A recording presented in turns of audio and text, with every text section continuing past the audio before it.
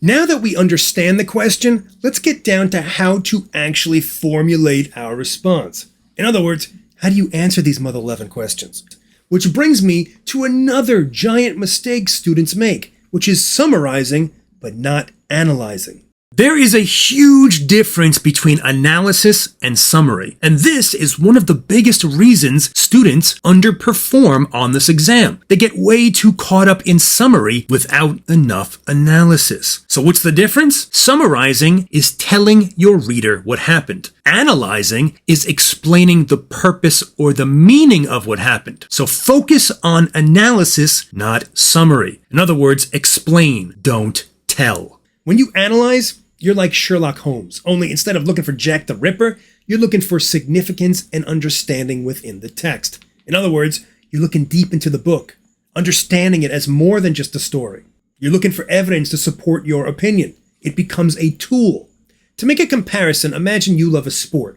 Any sport you like, football, baseball, wrestling, whatever. Now let's imagine that you know that sport very, very well. Better than most. Well, if we both sit down to watch that sport, let's say football, for example, we are going to see the same thing, but you are going to understand it much more than I do. Right? I may look at them on the field and say, oh, hey, they're pretty good. But you can look at their stats and their plays and explain why they're good.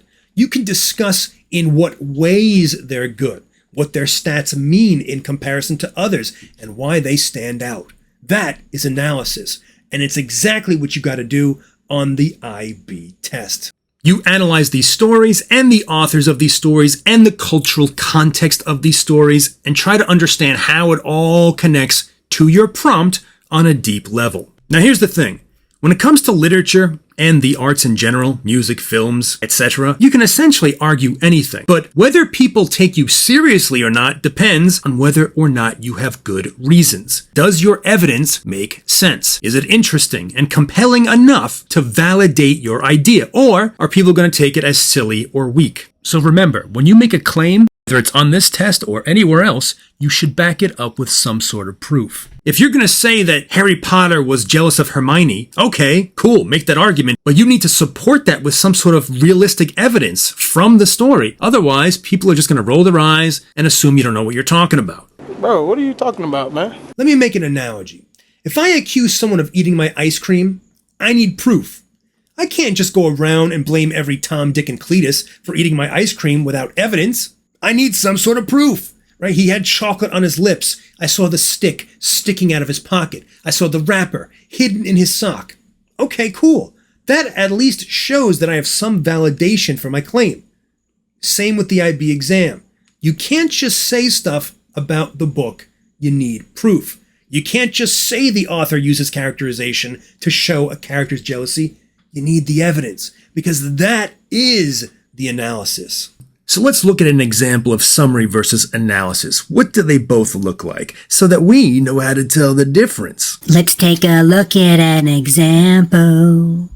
I walked into my house one late afternoon, surprised to see that my front door was unlocked. I stepped into the living room as a cool chill of air flooded from the fan and brushed upon me. Suddenly, I saw the puddle of a sticky, dark red substance all over the floor, trailing into the kitchen. The TV was on. It was a news report. The anchor was informing viewers that the Manchester murderer, an infamous serial killer, had escaped from the local prison. My heart began to beat like a snare drum. Dad? I asked aloud. Questions flooded my mind. Why was the door open? Where was everyone? What was the dark red trail? And what was at the end of it?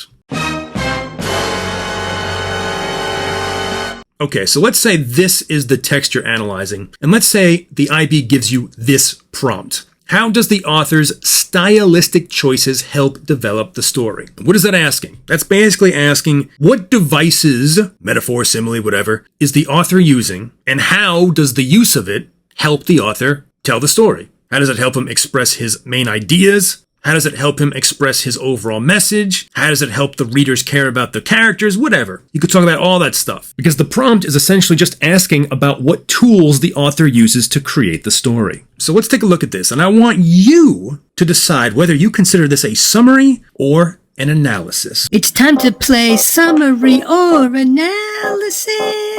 Is it a summary or an analysis? I can't even tell. I'm such a dork. The author uses many stylistic choices to develop the story. First, the author uses characterization by showing how shocked the character is. The protagonist returns home surprised to see his door is unlocked. Then, he finds a mysterious puddle of red fluid on the floor with a news report warning residents of a homicidal prisoner who'd recently escaped from a nearby prison. He began looking for his father, wondering to himself why he has found the house in its current condition. All of this helps the audience understand that the character is surprised and confused. Now, in your opinion, is that primarily a summary or an analysis? Say what? Break it down now. If you said summary, I would agree with you. This example is more summary than analysis. They do have a line or two in there that sounds analytical, but it's not really developed, and the majority of the sentences in there are simply recounting what happened in the story.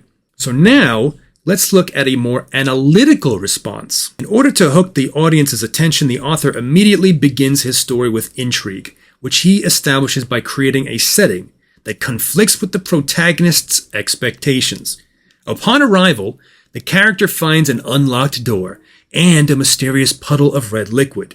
The description suggests, but does not confirm, that this substance is blood, which when paired with a strangely unlocked door creates unease because the author's reaction illustrated that these details are out of the ordinary. The author builds upon this initial intrigue with suspense, which he develops through first-person narration. Because the protagonist is also the narrator, we are privy to his fear and confusion. The author applied basic imagery to demonstrate the character's discomfort when he states that the character's heart beat like a snare drum. This simile conjures up thoughts of a loud, heavy, pounding thump that clearly captures the protagonist's increasing terror. The author also includes a detail about an escaped killer.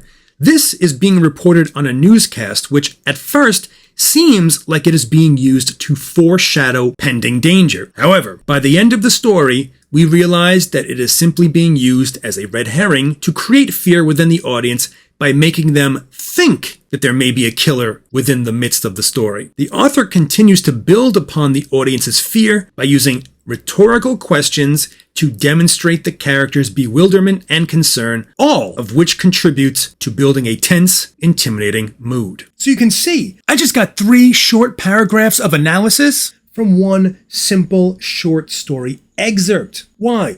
Because I'm looking at what the author is trying to do, what tools the author is using. What does the author want the audience to experience? I'm looking at the how and the why, not the what. So, just to make sure you remember that, because it's very important, we have put together a music video to help you remember to analyze, not summarize. I mean, this is amazing. I haven't seen it yet, but it sounds awesome. Let's play it. You gotta analyze, not summarize. You gotta analyze, not summarize. Whoa, whoa. What? Really? That's the... Let's just go to the next section.